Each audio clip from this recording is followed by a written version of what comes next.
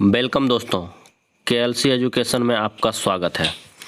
आइए हम लोग देखते हैं आज राज्य के नीति निर्देशक तत्व जो कि इंडियन पॉलिटी का भाग 4 यानी हमारा पार्ट 4 जो कि इंडियन पॉलिटी का है, उसमें है राज्य के नीति निर्देशक तत्व। पिछले वीडियो में हमने भारत के में आने वाले मौलिक अधिकार को दिखाया था, यानी पार्ट 3 मौलिक अधिकार को मैं पिछले वीडियो में डिस्कस किया था। आज हम देखेंगे राज्य के नीति निर्देशक तत्व यानी पार्ट 4 को। आप इसमें उस क्वेश्चन का कलेक्शन है जहां से कि आपका एग्जाम में क्वेश्चन पूछे जाते हैं और कंप्लीट नए पैटर्न का क्वेश्चन। चलिए स्टार्ट कर देते हैं हमारा वीडियो। चलिए स्टार्ट करने से पहले आप चैनल को सब्सक्राइब नहीं किए होंगे तो चैनल को सब्सक्राइब कर लीजिएगा और बेल आइकन को दबा लीजिएगा। चलिए स्टार्ट करते हैं राज्य के नीति निर्देशक तत्व का पहला क्वेश्चन। पहला क्वेश्चन है, राज्य के नीति निर्देशक तत्व संविधान के किस भाग में उल्लेखित है? तो संविधान का हमारा भाग 4 में जो है राज्य के नीति निर्देशक तत्व है, जो कि आयरलैंड से लिया गया है और राज्य का नीति निर्देशक तत्व मूल संविधान का हिस्सा था। चलिए अगला क्वेश्चन, नीति निर्देशक तत्व की व्याख्या किन अनुच्छेद में की गई है? तो नीति निर्देशक तत्व जो हमारा है 36 से 51, आर्टिकल 36 से 51 के बीच में है, यानी अनुच्छेद 36 से 51 के बीच राज्य के नीति निर्देशक तत्व की चर्चा की गई है। अगला क्वेश्चन, आयरलैंड के संविधान से लिया गया है जो कि हमारा भारतीय संविधान का मूल हिस्सा यानी मूल भाग में ही जुड़ा हुआ था राज्य के नीति निर्देशक तत्व। चलिए नेक्स्ट क्वेश्चन पे आते हैं। आयरलैंड ने अपनी संविधान में नीति निर्देशक सिद्धांतों का स्थान कब दिया था? हम अभी तुरंत पहले बताया कि मूल संविधान से ही जुड़ा हुआ है, तो ये नीति निर्देशक तत्व का स्थान 1937 यानी जो भारत सरकार अधिनियम 1935 आया था उसमें संशोधित करके 1937 में राज्य के नीति निर्देशक तत्व को डाला गया था, ये 1937। नेक्स्ट क्वेश्चन है हमारा, निम्नलिखित में से कौन सा कथन नीति निर्देशक तत्व के बारे में सही है? तो नैतिक एवं राजनीतिक मान्यता प्राप्त नहीं, ये गलत है। ये कहता है इनकी प्रकृति समाजवादी है, यानी कि ये प्राकृतिक समाजवादी कहने का मतलब ये समाज के विकास और उत्थान की बात करेगा। ये हमारा नीति निर्देशक तत्व है। चलिए अगला क्वेश्चन,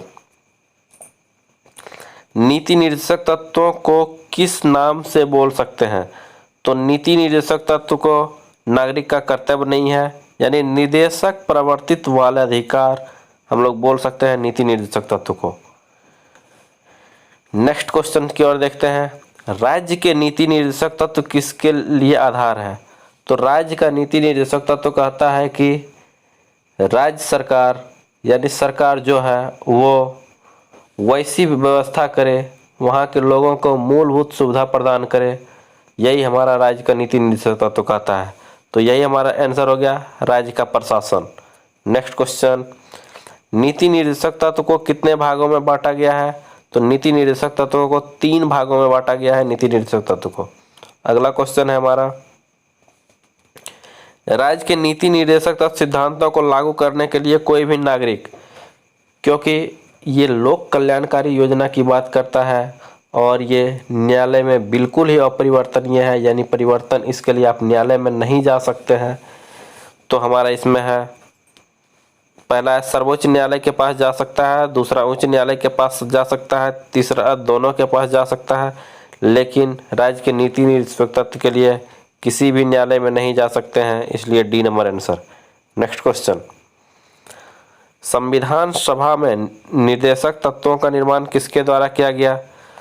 तो जो किया गया था वो मूल अधिकार के उप समिति के द्वारा इसका नीति निर्देशक तत्वों को डाला गया। अगला क्वेश्चन था हमारा, नीति निर्देशक तत्व किस समिति के सिफारिश के आधार पर संविधान में शामिल किया गया?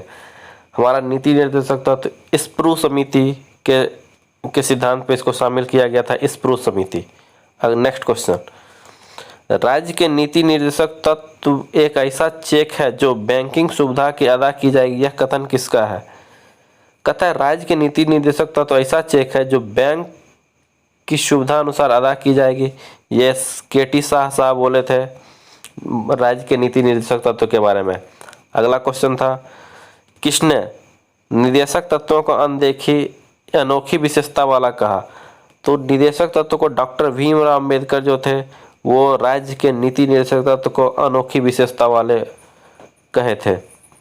अगला क्वेश्चन है, किसने कहा था डीपीएसपी का उद्देश्य एक आर्थिक प्रजातंत्र की स्थापना करना। डीपीएसपी का मतलब हुआ राज्य का नीति निर्देशक का उद्देश्य आर्थिक प्रजातंत्र की स्थापना करना है। ये बात डॉक्टर भीमराव अंबेडकर साहब कहे थे कि राज्य के नीति निर्देशक तत्व आर्थिक प्रजातंत्र की स्थापना करना है। नेक्स्ट क्वेश्चन, निम्न में से किसने राज्य के नीति निर्देशक तत्व को संविधान की आत्मा बताया था। संविधान की आत्मा नीति निर्देशक तत्व को ग्रीनविल ऑस्टिन ने संविधान की आत्मा बताया था नीति निर्देशक तत्व को, जबकि संवैधानिक उपचारों का अधिकार संविधान की आत्मा बोले थे डॉक्टर भीमराव अंबेडकर। इसमें कंफ्यूज नहीं करेंगे क्योंकि नीति निर्देशक तत्व को संविधान की आत्मा बताने वाला आदमी था ग्रीनविल ऑस्टिन, जबकि संविधान की आत्मा कहा जाता है संवैधानिक उपचारों का अधिकार जो कि भीमराव अंबेडकर बोले थे। नेक्स्ट क्वेश्चन, मूल अधिकार और निर्देशक तत्वों के बीच पहला विवाद किस बात में आया था। तो पहला जो विवाद आया था वो था चपकम दोरई राजनवाद विवाद, जो कि मूल अधिकार और नीति निर्देशक तत्व के बीच आया था। अगला क्वेश्चन, किस बात में कहा गया मूल अधिकार एवं नीति निर्देशक तत्व एक दूसरे के पूरक हैं। तो वो था मिनिमा मिल्स विवाद, जो कि इसमें कहा गया था कि मूल कर्तव्य और हमारा नीति निर्देशक तत्व एक दूसरे के पूरक हैं और इसका स्थान एक दूसरे के बिना संभव नहीं। नेक्स्ट क्वेश्चन, किस संशोधन द्वारा नीति निर्देशक तत्वों को मूल अधिकार के अनुच्छेद 14, 19, 21 पर वरीयता दी गई। तो 42वां संविधान संशोधन में हुआ था जो 14, 19, 31 पर वरीयता दी गई थी। इसी में था हमारा जो वित्तीय अधिकार यानी संपत्ति का अधिकार को हटा के इसमें डाला गया था। नेक्स्ट क्वेश्चन, संविधान के कौन से अनुच्छेद में प्रावधान है कि निर्देशक तत्वों को न्यायालय में नहीं ले जाया जा सकता है। अभी हमने बात किया था कि नीति निर्देशक तत्व को न्यायालय में परिवर्तनीय नहीं है, तो वो आर्टिकल 37 यानी आर्टिकल 37 कहता है कि आप इसे न्यायालय में नहीं ले जा सकते हैं। नेक्स्ट क्वेश्चन, समान न्याय और निःशुल्क विविध सहायता का उल्लेख है। तो आर्टिकल 39 का ए में जो है समान न्याय और निःशुल्क विधिक सहायता का उल्लेख है। नेक्स्ट क्वेश्चन, महिला प्रसूति सहायता कौन सा अनुच्छेद है। महिला प्रसूति के लिए हमारा आर्टिकल 42 यानी 42 में हमारा उल्लेखित है। नेक्स्ट क्वेश्चन, मनरेगा का संचालन कौन से नीति निर्देशक। मनरेगा हम लोग का काफ़ी क्वेश्चन आता है, मनरेगा जो कि रोजगार देती है वो आर्टिकल 43 में राज्य के नीति निर्देशक तत्व में वर्णित है। मनरेगा के तहत लोगों को रोजगार उपलब्ध कराना। नेक्स्ट क्वेश्चन, समान कार्य के लिए समान वेतन का संविधान किस अनुच्छेद में दिया गया है।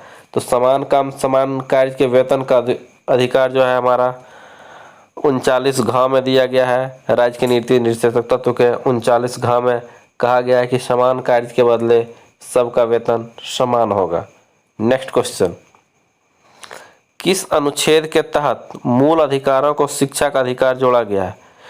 तो मूल अधिकार को शिक्षा का अधिकार आर्टिकल 45 में डाला गया है। 45 में मूल अधिकार शिक्षा का अधिकार को मूल अधिकार में। नेक्स्ट क्वेश्चन, वर्तमान में नीति निर्देशक तत्व किन मूल अधिकारों पर प्रभावी है। तो आर्टिकल 14 और 19 पर मूल अधिकार पर प्रभावी है नीति निर्देशक तत्व। नेक्स्ट क्वेश्चन है हमारा, निम्न में से कौन सा अनुच्छेद उदारवादी और गांधीवादी सिद्धांत का सम्मिश्रण है। तो आर्टिकल 48 जो का है वो उदारवादी और गांधीवादी दोनों का मिश्रण रहा।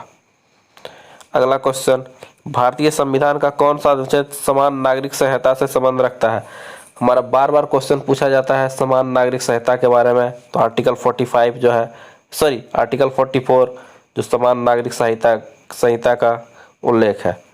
नेक्स्ट क्वेश्चन, न्यायपालिका कार्यपालिका का पृथक्करण किस अनुच्छेद में किया गया। तो न्यायपालिका और कार्यपालिका का पृथक्करण हमारा आर्टिकल 50 में वर्णित है।